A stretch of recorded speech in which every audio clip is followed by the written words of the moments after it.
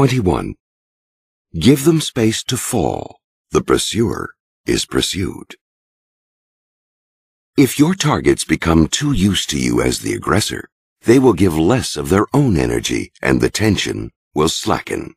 You need to wake them up, turn the tables. Once they are under your spell, take a step back and they will start to come after you. Begin with a touch of aloofness, an unexpected non-appearance, a hint that you are growing bored. Stir the pot by seeming interested in someone else. Make none of this explicit. Let them only sense it, and their imagination will do the rest, creating the doubt you desire. Soon they will want to possess you physically, and restraint will go out the window. The goal is to have them fall into your arms of their own will. Create the illusion that the seducer is being seduced.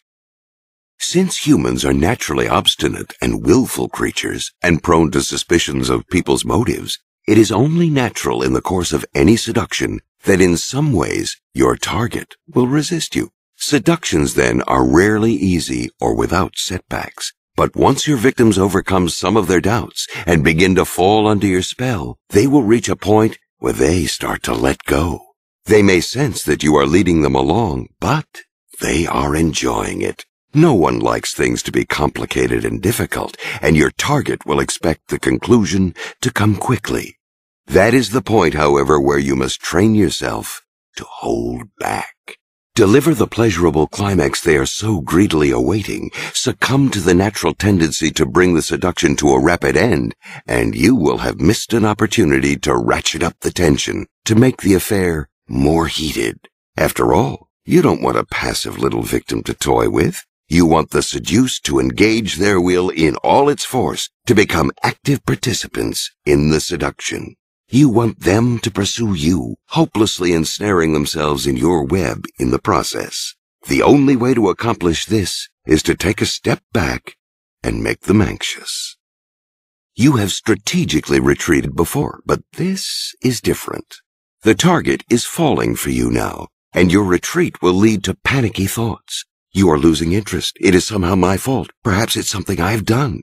Rather than think you are rejecting them on your own, your targets will want to make this interpretation, since if the cause of the problem is something they have done, they have the power to win you back by changing their behavior. If you are simply rejecting them, on the other hand, they have no control.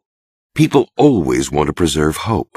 Now they will come to you, turn aggressive, thinking that will do the trick. They'll raise the erotic temperature. Understand, a person's willpower is directly linked to their libido, their erotic desire. When your victims are passively waiting for you, their erotic level is low. When they turn pursuer, getting involved in the process, brimming with tension and anxiety, the temperature is raised. So raise it as high as you can. When you withdraw, make it subtle. You are instilling unease. Your coldness or distance should dawn on your targets when they are alone, in the form of a poisonous doubt creeping into their mind. Their paranoia will become self-generating. Your subtle step back will make them want to possess you, so they will willingly advance into your arms without being pushed. This is different from the strategy in which you are inflicting deep wounds, creating a pattern of pain and pleasure. There, the goal is to make your victims weak and dependent. Here, it is to make them active and aggressive. Which strategy you prefer to use, the two cannot be combined, depends on what you want and the proclivities of your victim. Each gender has its own seductive lures which come naturally to them. When you seem interested in someone but do not respond sexually, it's disturbing and presents a challenge. They will find a way to seduce you. To produce this effect, first reveal an interest in your targets through letters or subtle insinuation. But when you are in their presence, assume a kind of sexless neutrality. Be friendly, even warm, but no more. You are pushing them into arming themselves with the seductive charms that are natural to their sex, exactly what you want. In the latter stages of the seduction, let your targets feel that you are becoming interested in another person. This is another form of taking a step back. When Napoleon Bonaparte first met the young widow Josephine de Beauharnais in 1795, He was excited by her exotic beauty and the looks she gave him. He began to attend her weekly soirees, and, to his delight, she would ignore the other men and remain at his side, listening to him so attentively. He found himself falling in love with Josephine, and had every reason to believe she felt the same. Then, at one soiree, she was friendly and attentive as usual, except that she was equally friendly to another man there, a former aristocrat, like Josephine, the kind of man that Napoleon could never compete with when it came to manners and wit. Doubts and jealousies began to stir within.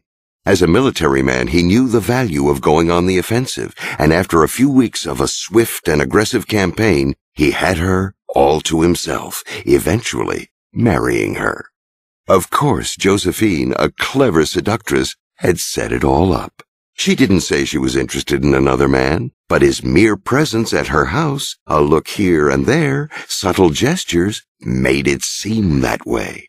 There is no more powerful way to hint that you are losing your desire.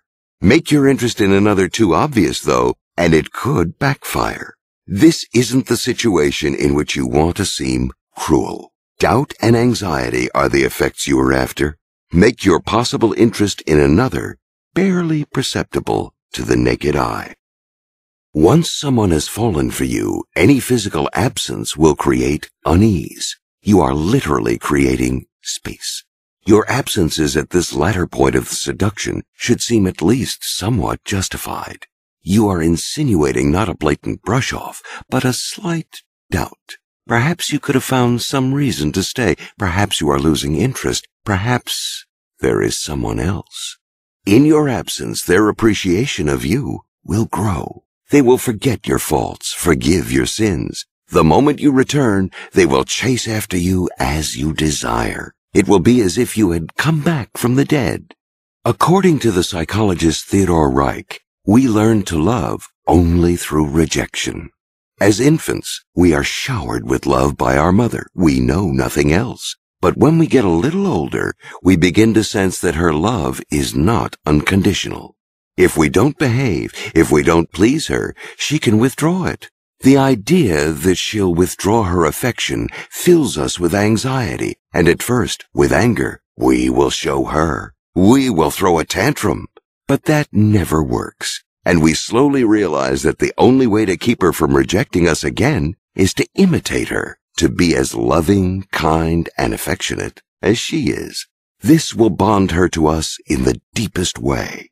The pattern is ingrained in us for the rest of our lives. By experiencing a rejection or a coldness, we learn to court and pursue, to love. Recreate this primal pattern in your seduction. First, shower your targets with affection. They won't be sure where this is coming from, but it's a delightful feeling, and they'll never want to lose it.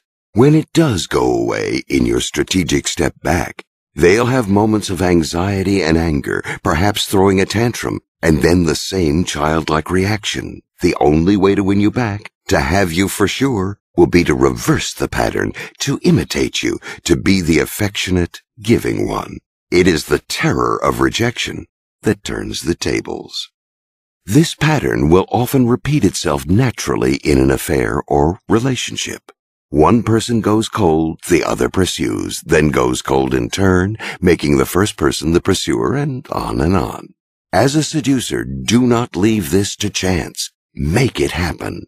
You are teaching the other person to become a seducer, just as the mother, in her own way, taught the child to return her love by turning her back. For your own sake, learn to relish this reversal of roles. Don't merely play at being the pursued, but enjoy it. Give in to it. The pleasure of being pursued by your victim can often surpass the thrill of the hunt.